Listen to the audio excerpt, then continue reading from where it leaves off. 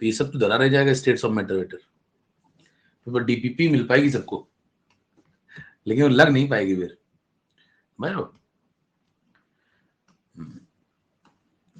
आओ समझे इसी बात पे, काइनेटिक थ्योरी ऑफ गैसेस पे रही है। तो अगला कॉन्सेप्ट मेरे दोस्त काइनेटिक थ्योरी ऑफ गैसेस,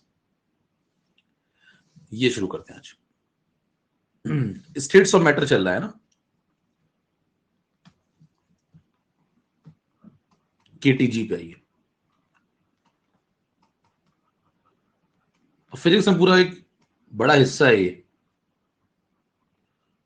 बहुत डिटेल में पढ़ते हैं वहां। मेन बातें यहां पे क्या पढ़नी है वो समझे। शॉर्ट फॉर्म है केटीजी। केटीजी में जो बातें मैं कहूंगा वो 100% किसके लिए सही होंगी?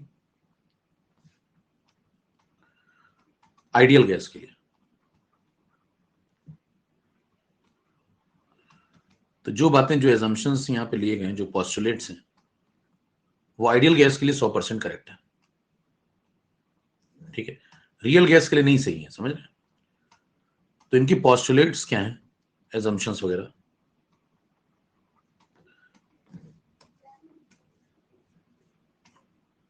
नोट करें पॉइंट वाइज। पहले लिख लें फिर समझ लेते हैं।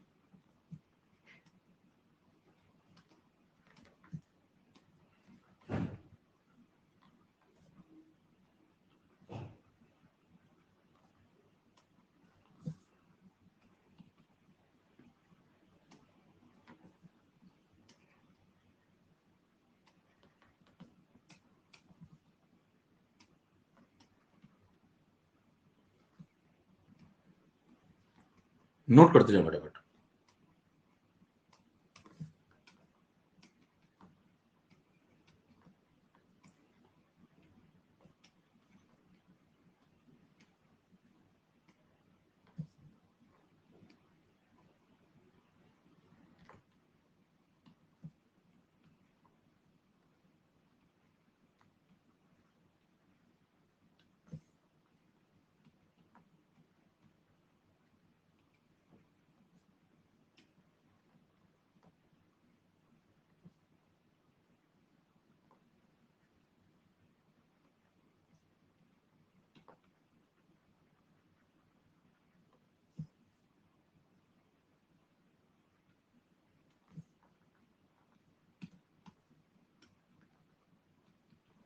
इसके सपोर्ट में एक पॉइंट लिखना।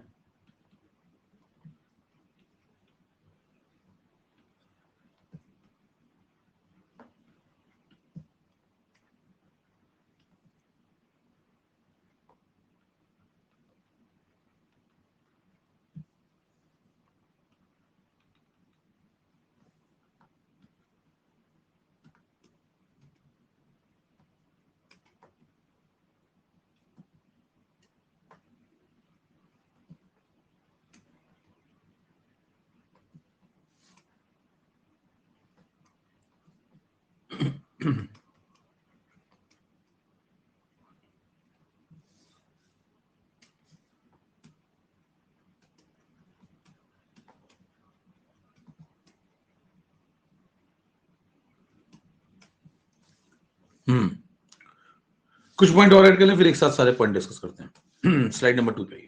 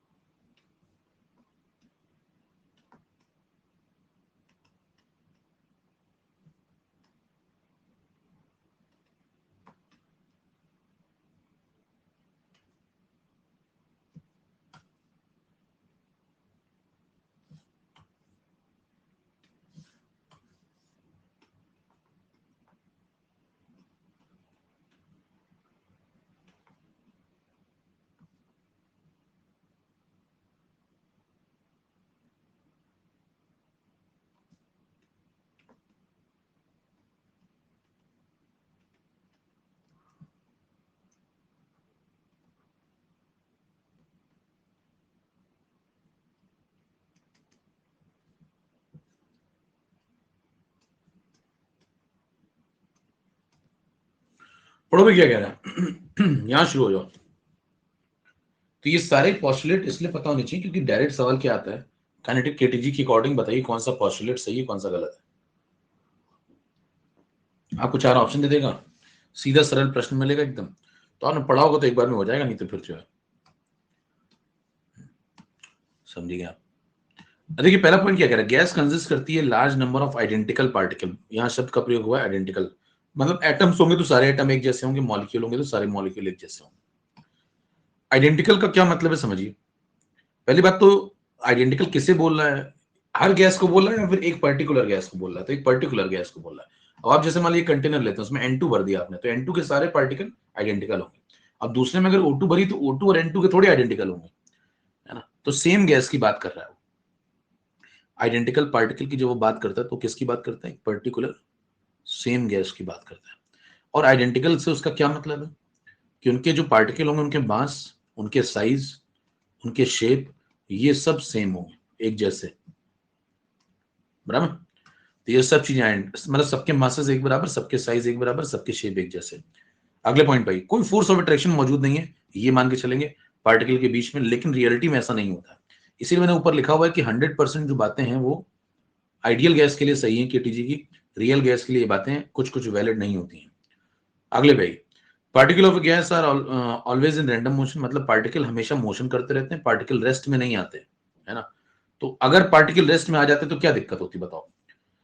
मान लो आप सोचो कि पार्टिकल रेस्ट में होते तो क्या होता, तो पार्टिकल अगर रेस्ट में होते तो बताना क्या होता, वो अपनी पोजीशन ऑक्यूपाई कर लेते। मान लो एक पार्टिकल रुका हुआ तो यहाँ बैठा होगा, दूसरा यहाँ, तीसरा यहाँ, चौथा यहाँ। तो अगर सब अपनी जगह बैठे होंगे तो उनका तो एक शेप हो जाएगा। मान लो ऐसे 10 पार्टिकल बैठे हुए ऐसे से, तो उनका तो एक शेप हो जाएगा, तो गैस का तो एक शेप बन जाएगा। लेकिन गैस का कोई फिक्स शेप होता नहीं, विच इज नॉट ऑब्जर्व। इसका मतलब ये समझ में आता है यहाँ से कि पार्टिकल अगर रेस्ट में होते हैं, फिक्स पोजीशन पे होते हैं, तो फिर एक फिक्स्ड शेप भी होता, जो कि नहीं होता है। इससे पता चलता है कि पार्टिकल मोशन करते रहते हैं। आगे बढ़िए, particle of a gas move in all possible direction, क्योंकि रैंडम पार्टिकल हैं, इधर भागेंगे, बहुत एनर्जेटिक है ना, और उनकी रैंडमनेस बहुत ज्यादा, तो कभी इधर भागेगा कभी इधर भागेगा, तो रैंडम मोशन करते हैं सभी पॉसिबल डायरेक्शन में स्ट्रेट लाइन में। कोई ग्रेविटी नहीं है तो पार्टिकल नीचे बैठने का कोई सवाल नहीं उठता, है ना। बहुत हल्के पार्टिकल है, कोई ग्रेविटी अप्लाई नहीं हो रही, सभी पॉसिबल डायरेक्शन में स्ट्रेट लाइन मोशन करते हैं। रैंडम मोशन के दौरान वो एक दूसरे से टकराएंगे भी, क्योंकि जब रैंडम मोशन करेंगे तो कोई इधर भाग रहा है, आंख में पट्टी बंदी मान लो, कोई इधर भाग रहा है, तो एक दूसरे से टकराएंगे, कोई इधर टकरा रहा है, कोई इधर टकरा रहा है, कोई दीवार से टकरा रहा है। तो विभिन्न प्रकार के कोलिजन्स होते हैं, जैसे एक दूसरे के साथ कोलिजन होंगे और दीवार के साथ भी कोलिजन होंगे। लेकिन ये कोलिजन परफेक्टली इलास्टिक होते हैं, मतलब काइनेटिक एनर्जी में कोई लॉस नहीं होगा, उनकी नेट एनर्जी कंजर्व होगी। मतलब कोलिजन से पहले और कोलिजन के बाद जो टोटल एनर्जी होगी मॉलिक्यूल्स की, वो सेम मान के चलेंगे आप, उनमें कोई अंतर नहीं आएगा। गैस का वॉल्यूम वेसल के वॉल्यूम के रिस्पेक्ट में नेग्लिजिबल मानेंगे, लेकिन ये बात भी रियल गैस में सही नहीं है। रियल गैस में अगर आप देखें तो गैस का जो वॉल्यूम होता है, उनके पार्टिकल का जो वॉल्यूम होता है, वो वेसल के सामने नेग्लिजिबल नहीं होता रियल गैस में। तो मैंने फिर से कहा कि जितनी बातें मैंने यहाँ बोली हैं वो सबके लिए 100% ट्रू, किसके लिए, आइडियल गैस के लिए। चलिए भाई, इन बेसिस पे आपको कुछ 3 वेलोसिटीज निकाली जाती हैं। इसकी मैथमेटिकल इक्वेशन है, वो सब आपको फिजिक्स वाली जनता पढ़ाएगी, पैसे वो भी ले रहे हैं, ठीक है। तो 3 नंबर पे आइए। फिर देखिए यहाँ पे 3 वेलोसिटीज निकाली जाती है, एक VRMS, root mean square velocity, एक V एवरेज और एक VMP। पूरा नाम,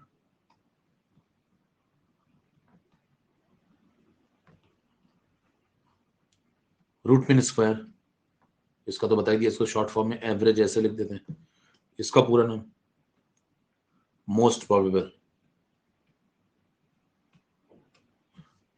पहले वाले पे आइए, रूट मीन स्क्वायर का क्या मतलब है, पहले जितनी वेलोसिटीज है सबका स्क्वायर करो, V1 V2 V3 और ऐसे चलते चलते चलते Vn, इन सबका स्क्वायर करो, तो ये हो गया सबका स्क्वायर।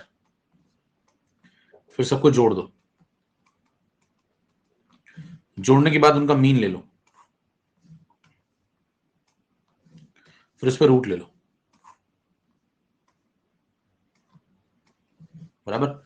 तो ये बन गया क्या, स्क्वायर किया, फिर मीन लिया, फिर रूट लिया, रूट मीन स्क्वायर वेलोसिटी।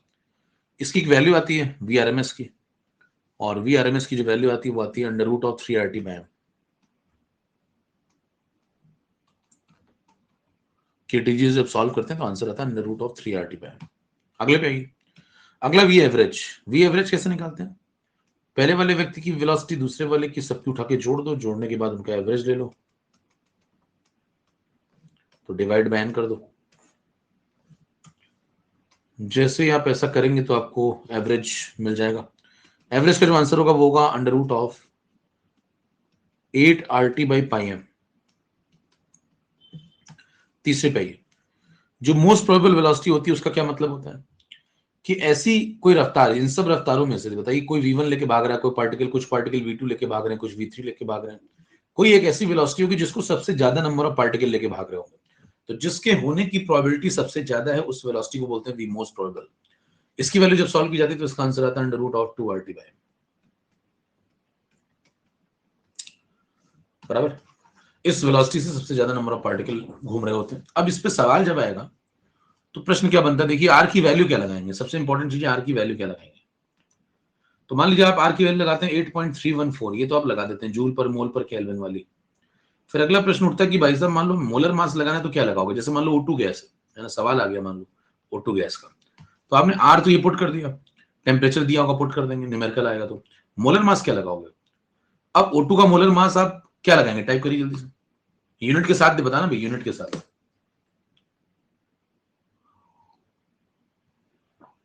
अब आपने जैसे 32 ग्राम लगाया तुरंत आपका फिर से फॉर्म आ जाएगा।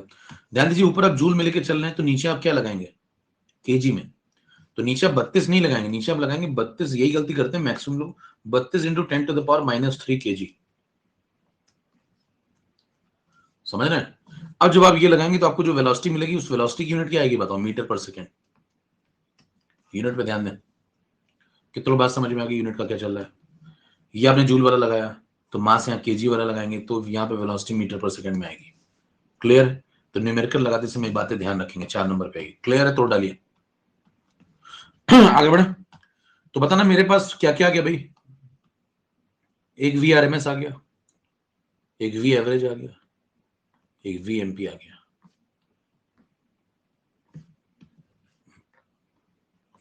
ठीक है, पहले वाले की वैल्यू कितनी आ गई,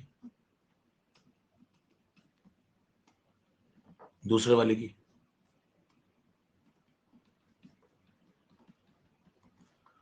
तीसरे वाले की, ये तीनों का रेशियो है। सॉल्व करो इसको, तो बन जाएगा √3, है ना, एम तो कट लेगा और आर आर कट लेगा, ये बचेगा √3, √8/π, है ना, टीटी भी कट लेगा और √2।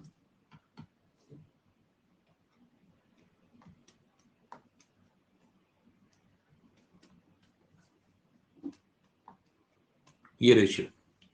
अब ध्यान दीजिए, इसमें अंडर रूट के अंदर 3 है, इसमें अंडर रूट के अंदर 2 है, इसमें क्या है 8/π, पाई मतलब 3.14, 8 में 3.14 डिवाइड करो तो 2 कुछ आएगा, तो 2 से बड़ा 3 से छोटा, तो ये 2 है अंडर रूट के अंदर, ये 2 3 के बीच में और ये 3 है।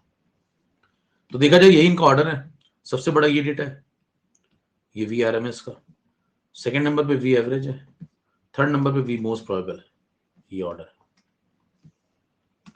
तो ये याद रखें आप, R M S, average, most probable. खींचो भाई, एक सवाल लिखो।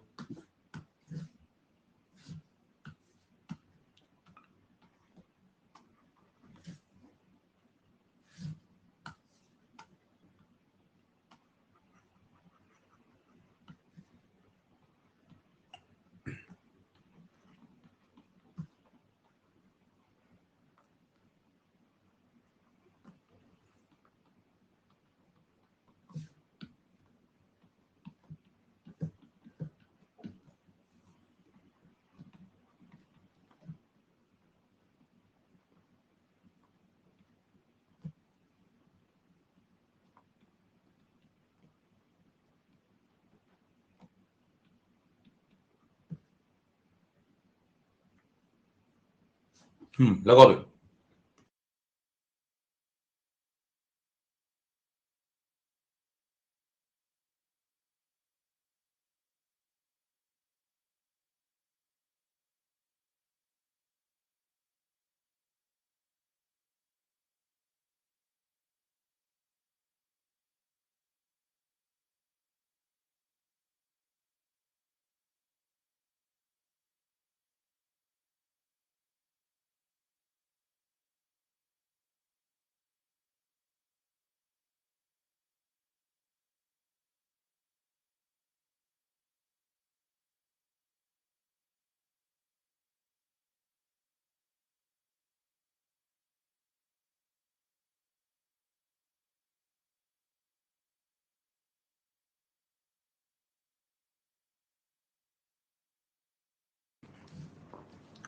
जिसका आता है अंगूठे दिखाते जाइए।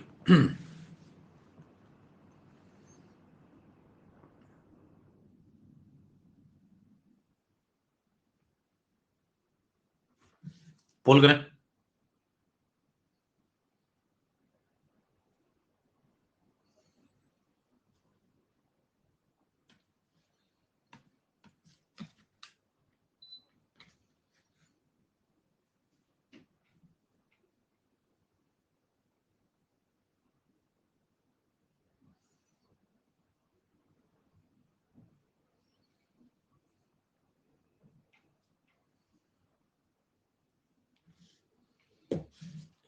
पचपन परसेंट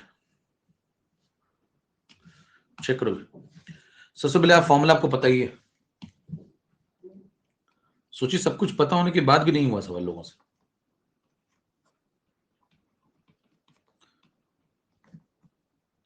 वैल्यू पुट करें। आर की वैल्यू लगा दी मैंने 8.314। देखो आंसर मीटर पर सेकंड में चाहिए मेरे को, है ना। टेम्परेचर क्या लगाऊंगा, 27 डिग्री, तो उसको केल्विन में कन्वर्ट करके 300 केल्विन लिख दें।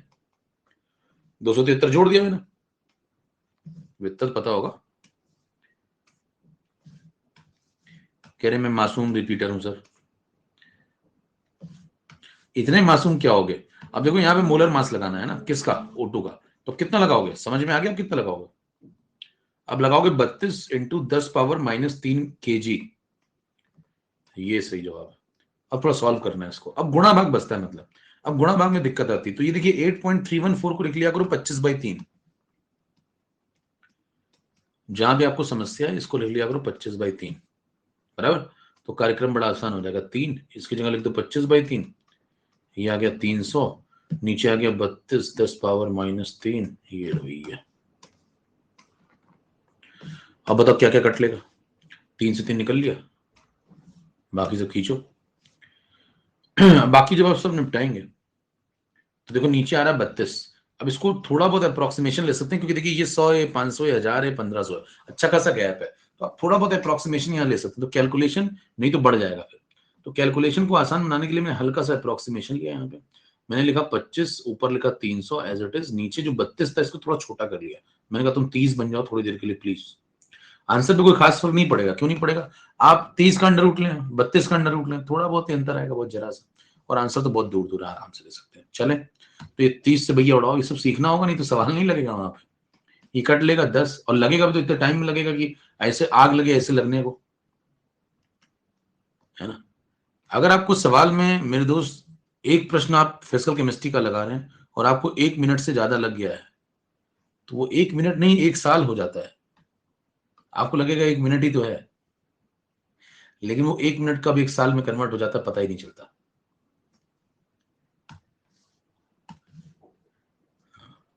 अब देखिए ये 30 कट लिया, 80 यहां बचा 10, ये ऊपर जाएगा 10⁻+3, और ये 10 10⁻+4।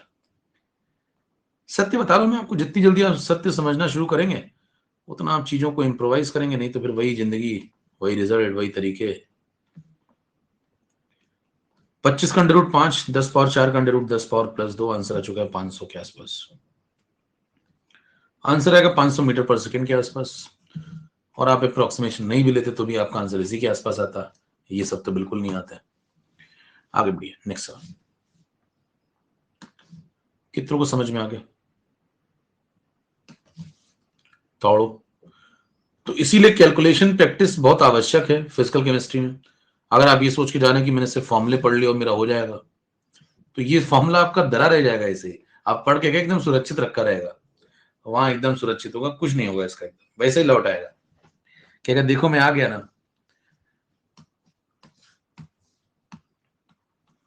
तुमने मुझे जैसा छोड़ा था बिल्कुल वैसा ही आ गया। अगला प्रश्न। इसलिए सवाल लगाइए, एप्लीकेशन पार्ट पे ध्यान दीजिए।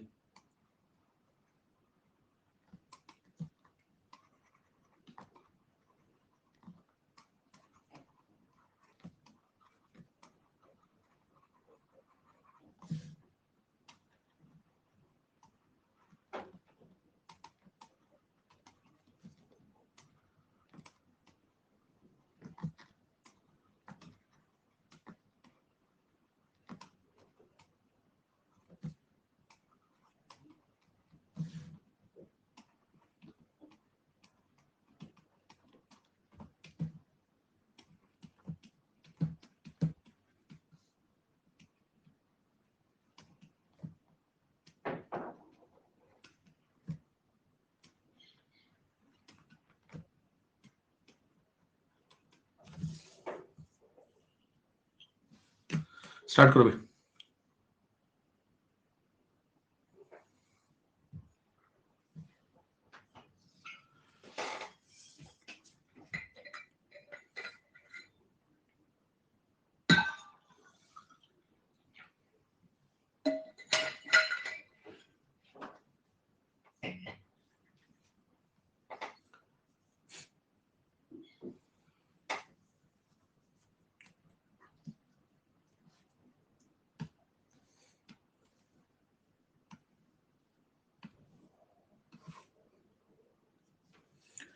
जिसका आता है अंगूठे दिखाते जाओ।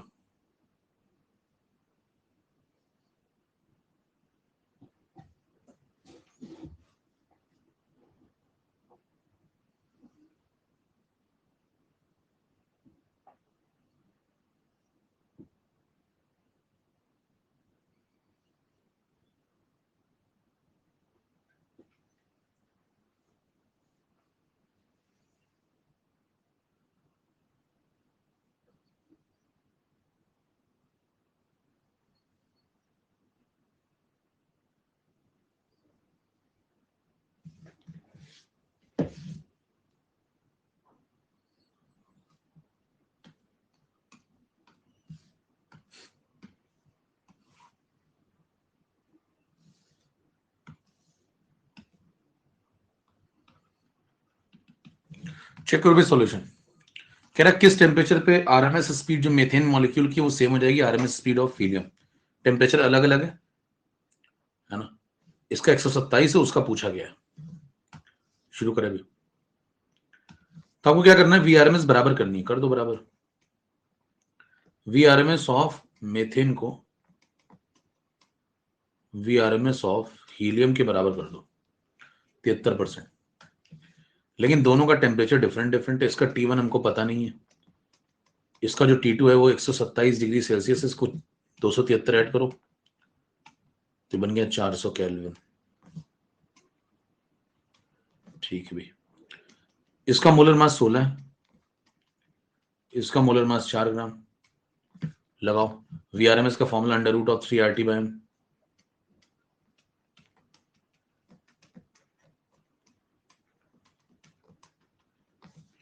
ठीक है। अब यहाँ टेम्परेचर T1 है, यहाँ टेम्परेचर T2 है, यहाँ मोलर मास M1 है, यहाँ पे M2 है। बाकी सब कट लेगा तो बाकी सब काट दो भैया, 3R उड़ा दो, स्क्वायर कर दो तो बचेगा T1/M1 is equal to T2/M2।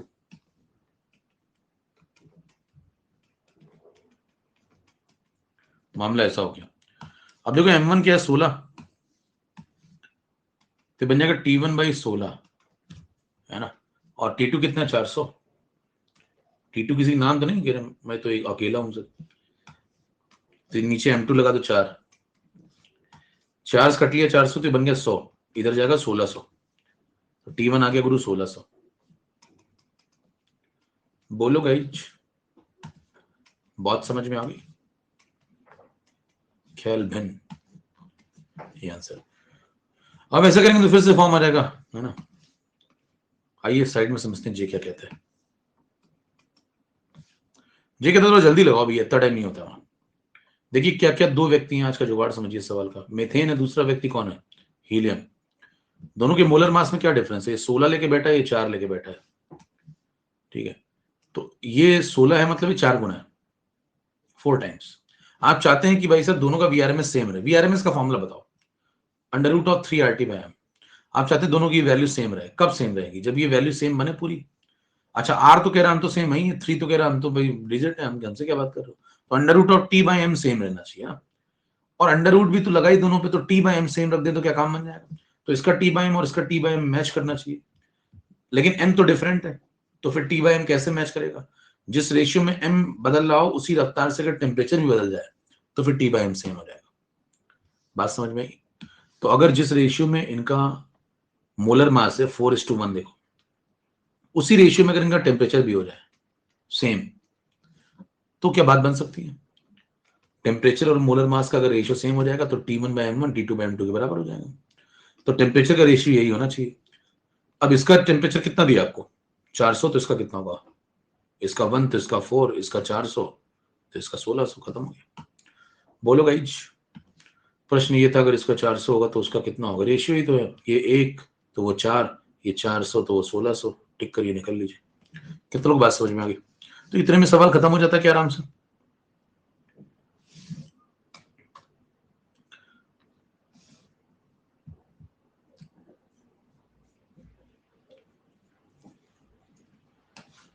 सात नंबर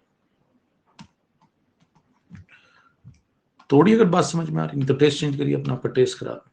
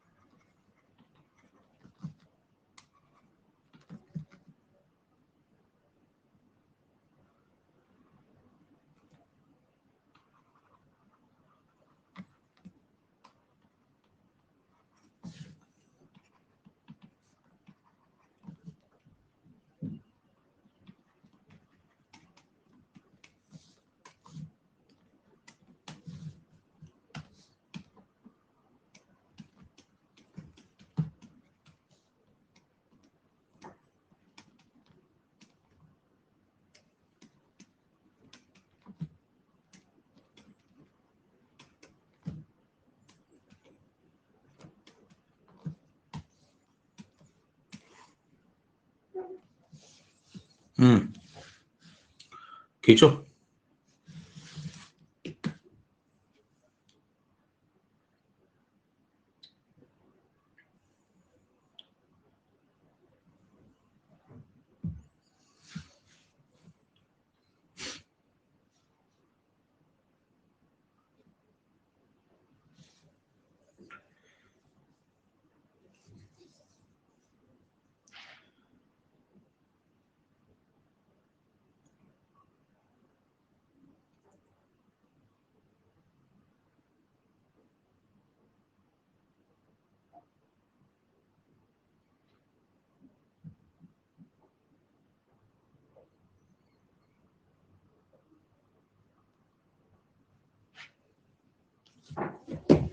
बोल कर दें।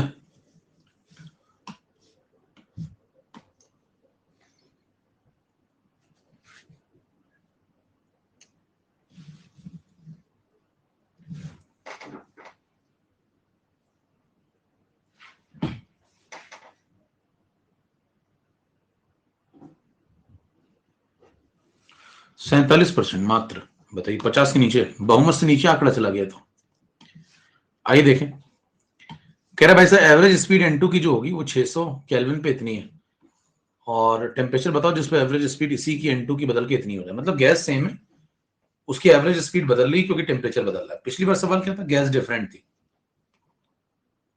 डिफरेंट गैस की आरएमएस स्पीड कंपेयर हो रही थी, मतलब सेम स्पीड कंपेयर हो रही थी लेकिन गैस डिफरेंट थी। इस बार क्या है, सेम गैस है, उसकी एवरेज स्पीड बदल रही है क्योंकि टेम्परेचर बदल रहा है। सवाल समझ पा रहे हैं, सवाल में क्या वेरिएशन है? सबसे पहले बात बताइए, N2 गैस तो है सेम, तो मोलर मास तो सेम भी, तो कट लेगा वो। तो एक बार आपने इसको क्या दिया, टेम्परेचर T1 दिया, एक बार T2 दिया। जब T1 दिया मतलब 600 केल्विन, तो सवाल में कह रहा है कि इसकी जो एवरेज स्पीड पहली वाली थी वो x मीटर पर सेकेंड है, बाद में जो इसकी एवरेज स्पीड 2 हो गई, वो गई 3x। आपको बताना है ये किस टेम्परेचर पे हुआ होगा, ठीक है? चेक करो, फॉर्मूला लगाओ एवरेज का, 8RT/πm, तो ये V एवरेज है, इसको लिख दो √ऑफ 8RT/πm, लिख सकते हैं, टेम्परेचर T1 लगा देना।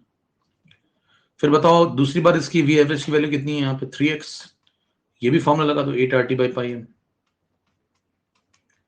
लेकिन यहां पे जो टेम्परेचर लगेगा वो T2 लगा देना। मोलर मास सेम लगेगा दोनों जगह, आर तो सेम है ही बचपन से, पाई सेम है, डिवाइड कर दो दोनों को, डिवाइड करोगे बन जाएगा x/3x, ये दोनों डिवाइड हो जाएंगे, डिवाइड होंगे तो बताओ क्या क्या कैंसिल हो जाएगा। अंडर रूट के अंदर 8r कट लेगा, पाई पाई कट लेगा, mm कट लेगा, बचेगा अंडर रूट के अंदर t1/t2, 1/3 के बराबर हो गया ये, तो इसका स्क्वायर कर दो, तो t1/t2 आ रहा है 1/9, और आपको t1 तो दिया ही है 600 पुट कर दें यहाँ पे,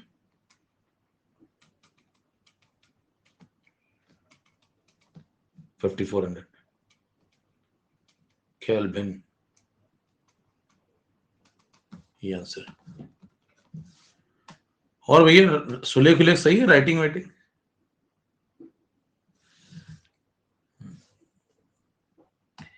नाइस हैंड राइटिंग। अब देखिए, अब यहां पे क्या है, थोड़ा जल्दी से समझ लेते हैं कैसे करेंगे इसको। यहीं पे ले लो, यहाँ पे साइड में आ जाओ।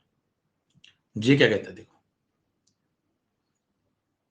अबे भी तो कुछ चैप्टर ही नहीं हुआ तो मॉड्यूल डिस्कशन कहां से होएगा है?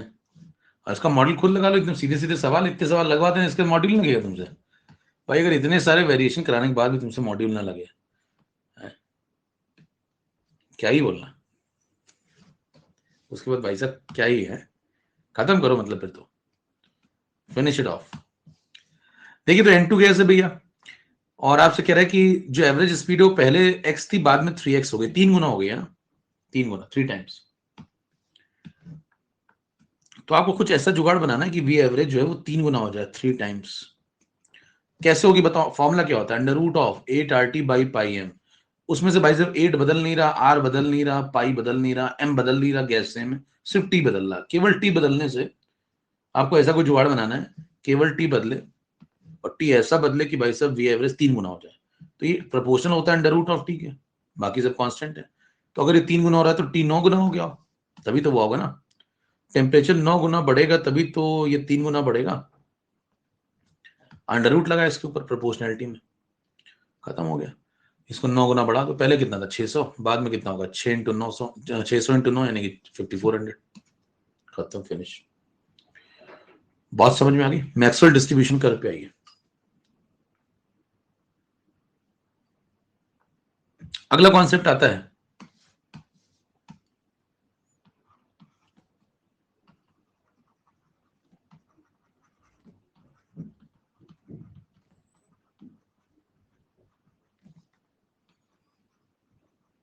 Maxwell distribution curve. इसके बहुत सारे नाम हैं, जैसे कुछ लोग इसको पुकारते हैं स्टैटिस्टिकल ऑफ वेलोसिटी, वेलोसिटी की स्टैटिस्टिक्स बताते हैं ना, तो स्टैटिस्टिकल कर्व ऑफ वेलोसिटी ये भी बोल सकते हैं आप इसको। अन्य नाम सुनिए, प्रोबेबिलिटी डिस्ट्रीब्यूशन कर्व,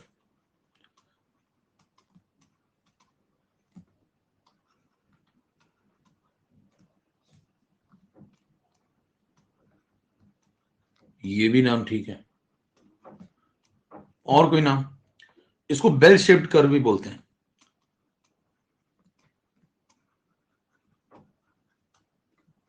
तो ग्राफ कैसे बनता है ये देखिए,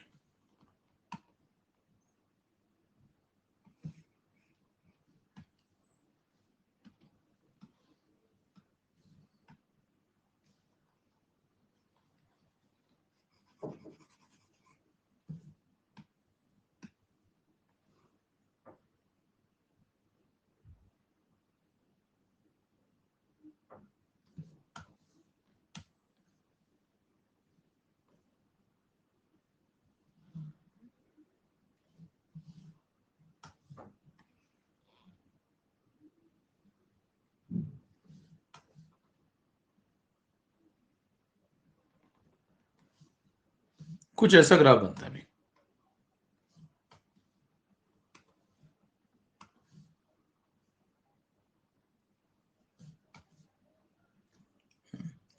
अब इस ग्राफ को समझिए, इन्होंने किस चीज का ग्राफ बनाया, एक्स एक्सिस पे तो स्पीड प्लॉट करिए, किन पार्टिकल की क्या रफ्तार है, वाई एक्सिस पे इन्होंने एक टर्म लिखाया जिसको बोलते हैं differential N upon N. Differential N upon N का मतलब फ्रैक्शन ऑफ मॉलिक्यूल। जैसे मान लो आपको 100 पार्टिकल है, 3 पार्टिकल किसी एक वेलोसिटी से चल रहा है, तो 3/100 यहाँ पे क्या आएगा, 3/100। 3/100 जिस वेलोसिटी से चल रहे होंगे उस पॉइंट को ऐसे प्लॉट कर देंगे। बात समझ में आई? मान लो आपके पास 100 पार्टिकल है, उनमें से 3 पार्टिकल एक वेलोसिटी v1 लेके चल रहे हैं, तो v1 यहाँ ढूंढ लिया और यहाँ पे क्या प्लॉट कर दिया उसके अगेंस्ट, ये dn/n का मतलब 3/100 फ्रैक्शन। टोटल का कौन सा फ्रैक्शन इस वेलोसिटी के साथ घूम रहा है, फिर ऐसे दूसरा फ्रैक्शन पकड़ लिया, तीसरा पकड़ लिया, ऐसे अलग अलग वेलोसिटी प्लॉट कर दी। इसको बोला गया डिस्ट्रीब्यूशन कर्व हुआ है, मतलब वेलोसिटी का क्या बंटवारा हुआ है, इस वेलोसिटी को कितने लोग लेके घूम रहे हैं, इस वेलोसिटी को कितने लोग घूम रहे हैं, इसको लेके कितने लोग घूम रहे हैं, इससे प्लॉटिंग हो गई। बराबर। फिर जब एक ग्राफ बनाया गया केटीजी की मदद से, तो आइए देखें, इसको dn/n बोलते हैं ना, या फिर आप लिखना चाहें तो ऐसे लिख लें, फ्रैक्शन ऑफ मॉलिक्यूल। या फिर तीसरा तरीका, इसका जो मैथमेटिकल वर्जन है, ये तो ठीक है, ये एनालिटिकल वर्जन रिप्रेजेंट करते हैं दोनों। अगर आप देखें फिजिकल सिग्निफिकेंस क्या है वाई एक्सिस का, तो ये, लेकिन अगर सोचे मैथमेटिकली ये वाई एक्सिस क्या रिप्रेजेंट करती है, न्यूमेरिकल लगाते समय आप क्या लगाएंगे इसको, तो इसको बोलते हैं number of molecules per unit speed.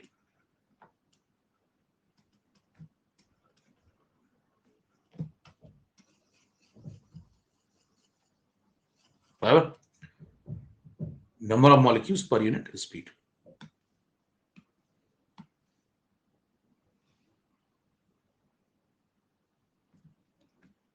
कुछ बातों पे चर्चा करिए। देखिए यहां पे जो रफ्तार है, ये रफ्तार बताइए, बहुत छोटी रफ्तार है ना, और इतनी छोटी रफ्तार को फॉलो करने वाले पार्टिकल की संख्या देखिए बहुत कम है। अगर आप कर्व को यहां पे एनालाइज करें तो इस रफ्तार से देखिए चलने वाले पार्टिकल जो है उनकी संख्या बहुत ही खत्म टाइप की है।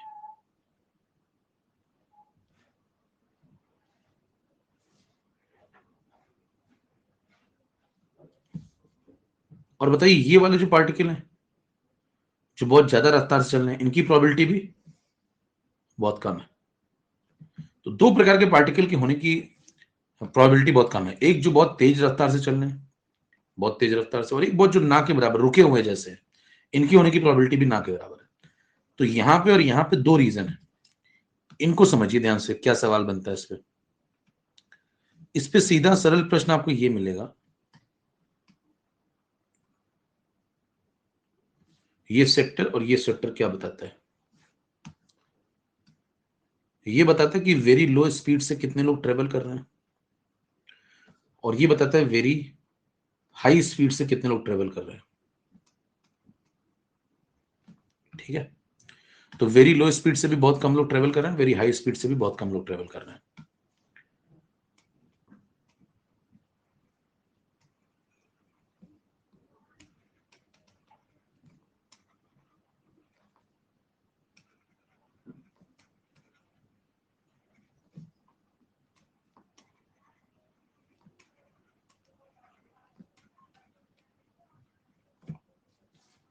इन दोनों की प्रोबेबिलिटी बहुत कम है।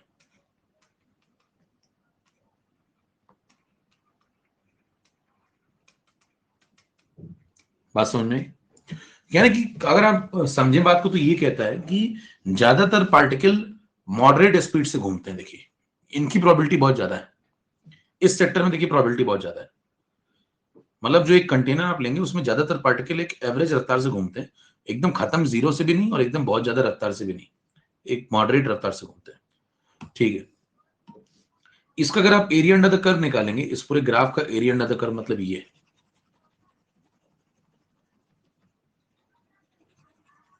ऐसा। ठीक है, ये जो एरिया अंडर द कर्व होगा ये क्या बताता है,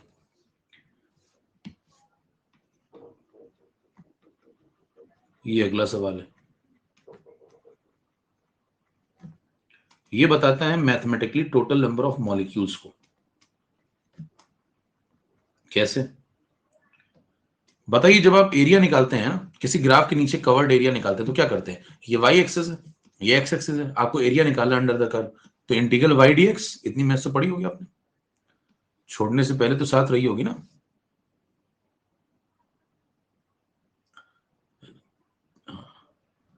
तो देखिए इंटीग्रल वाई डी एक्स है ना, तो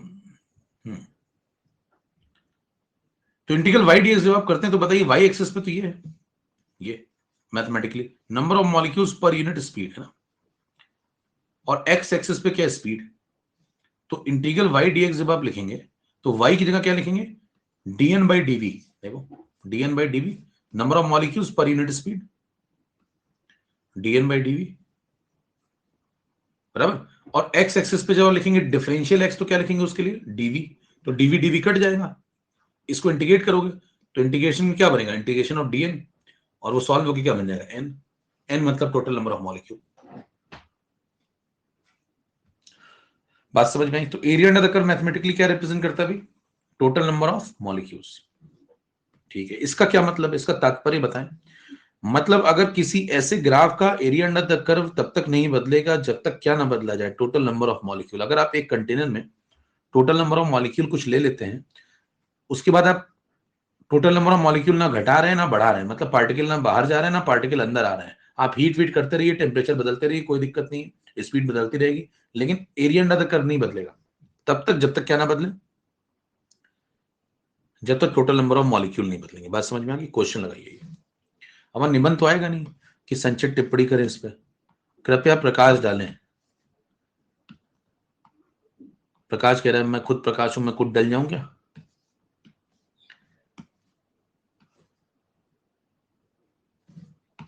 देखिए ये ग्राफ बनाते हैं, एक सवाल लगाते हैं। ये ग्राफ है,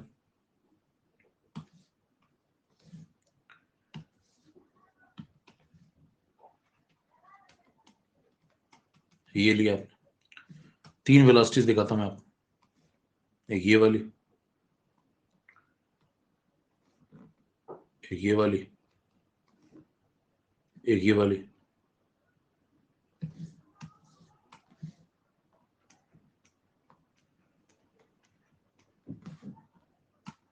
ठीक है, पूछता है कि बताओ इसमें से वीएमपी कौन सी हो सकती है। मान लो आपसे कहता है इसमें से कोई एक, तीनों में से कोई एक मोस्ट प्रोबेबल, कोई एक एवरेज है और कोई एक आरएमएस है, तो कौन सी किससे मैच कराओगे। तो आपको ऑर्डर पता है, बताओ। पहली बात तो बताना वीएमपी कौन है, तो वीएमपी ये है।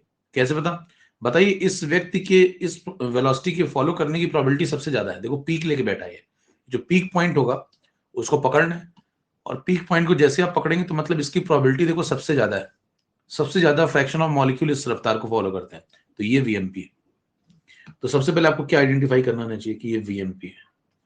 एक बार वीएमपी समझ में आ गया आपको, तो बताइए स्पीड जो है वो इस तरफ जाने पे बढ़ रही है, तो V2 V3, V3 बड़ा V2 से, V2 बड़ा V1 से, V3 बड़ा V2 से, V2 बड़ा V1 से। और ऑर्डर आपको पता है सबसे बड़ा क्या होता है, आरएमएस, फिर एवरेज, फिर मोस्ट प्रोबेबल। तो V1 तो मोस्ट प्रोबेबल बता ही चुका मैं आपको, तो ये इससे मैच होगा, फिर V2 इससे मैच होगा, आरएमएस से मैच होगा। खींचो, सवाल समझ गए भैया। तो किसको आइडेंटिफाई कर लिया करो, वीएमपी को, फिर बाकी काम अपने आप हो जाएगा। पहला प्रश्न समझ में आया।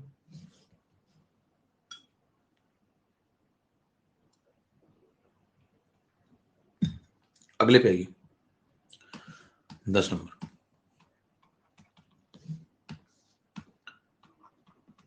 क्वेश्चन नंबर 2,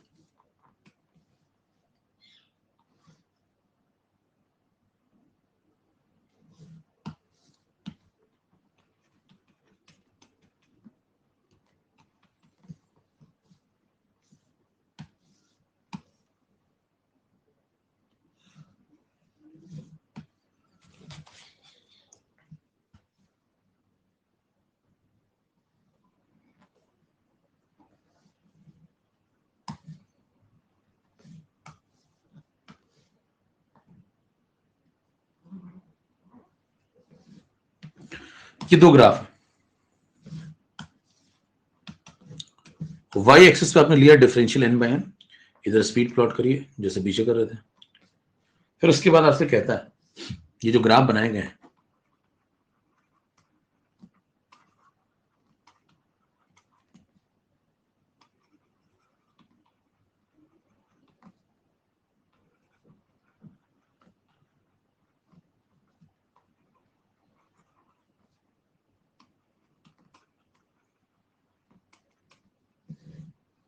सेम टेम्परेचर पे डिफरेंट गैस के ग्राफ है ना।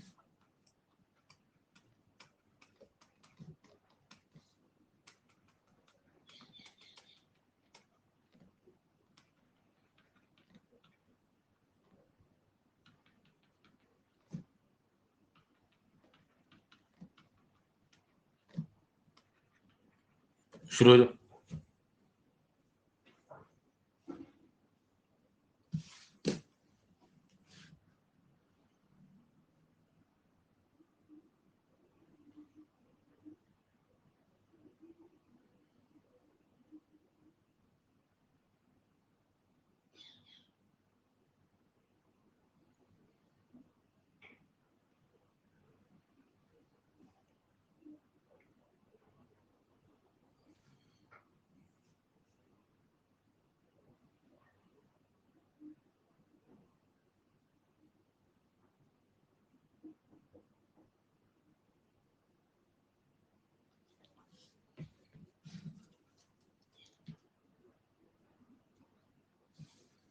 अच्छा, कौन सा किसका है ये तो बताना है। ये ऐड कर लो बस, गैस ए का ये है, गैस बी का ये। अब बताओ।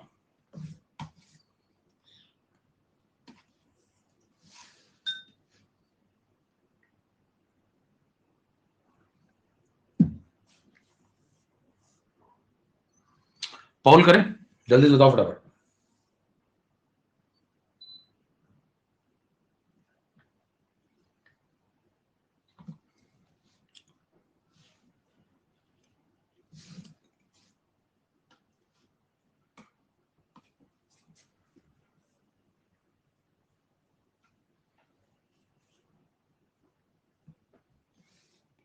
सबसे पहले आप पीक पकड़ लिया करो, पीक से आंसर समझ में आने लगेगा। देखो इसका पीक पॉइंट पकड़ो, तो ये वीएमपी है इसका। इसका पीक पॉइंट पकड़ो तो ये इसका वीएमपी है 57%। अब तो ठीक है।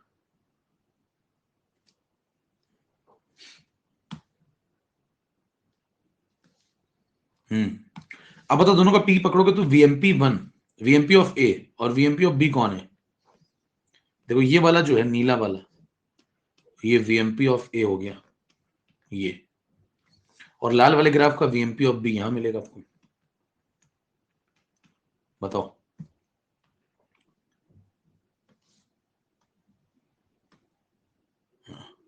जल्दी पोल करने के चक्कर में बी की जगह ए कर दिया। ये सब वहां कोई नहीं सुनता, यहाँ तो आप मेरे को बता पा रहे हैं, मैं सुन भी रहा हूं, वहां कोई नहीं सुनता। एनटीए के कान नहीं होते, कोई सुनवाई नहीं है। हर जैसे आप कुछ भी ऐसी बातें बोलेंगे ना, मैंने ये नहीं भरा, मैंने वो नहीं भरा, मैंने ओएमआर गलत भर दी, मैंने इधर वाले बबल एक नीचे करके भर दिए, एक 4 क्वेश्चन छोड़ दिए, फिर सारे भर दिए थे, बाकी तो मेरे सही थे। सबका एक ही जवाब वहां से आता है, नेक्स्ट ईयर प्लीज।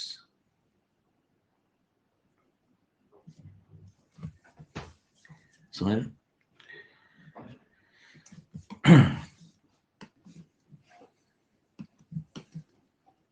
ठीक है, आइए समझे। अब देखिए यहां पे क्या है, ये मोस्ट प्रोबेबल वेलोसिटी है इसकी ए की, ये वाली बी की है। अब इन दोनों में कौन ज्यादा है? इन दोनों में ये ज्यादा है। देखो ये ऐसे ना देखना भैया, कह रहे हैं इसका पीक तो ऊपर है, तो ये तो फ्रैक्शन ऑफ मॉलिक्यूल है ना, स्पीड थोड़ी है, स्पीड तो ये है, वीएमपी बी ज्यादा है। स्पीड ऐसे देखेंगे ना, एक्स एक्सिस पे स्पीड है।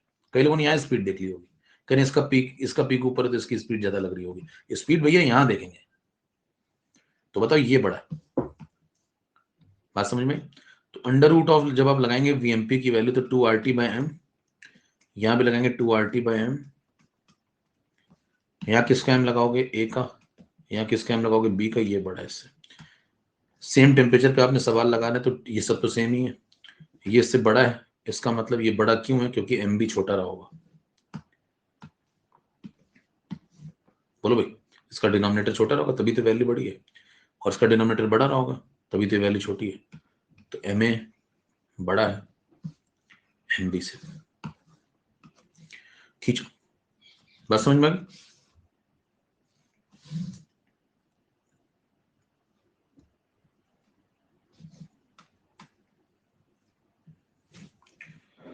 ठीक है, अब इसमें एक दो बातें बचती, नेक्स्ट वन में कर लेंगे उसको। अगला टर्न जो होगा उसमें काफी कुछ मामला खिंच जाएगा, रियल गैस इक्वेशन वगैरह सब खत्म कर देंगे, फिर एक क्लास आपकी ऐड करानी पड़ेगी तब हो पाएगा पूरा। अभी कितनी क्लास बची है आज के बाद? आज के बाद एक बची है, ठीक है, एक और ऐड कराना पड़ेगा, तो एक क्लास और ऐड कराएंगे 17 को, तब मामला कंप्लीट हो जाएगा।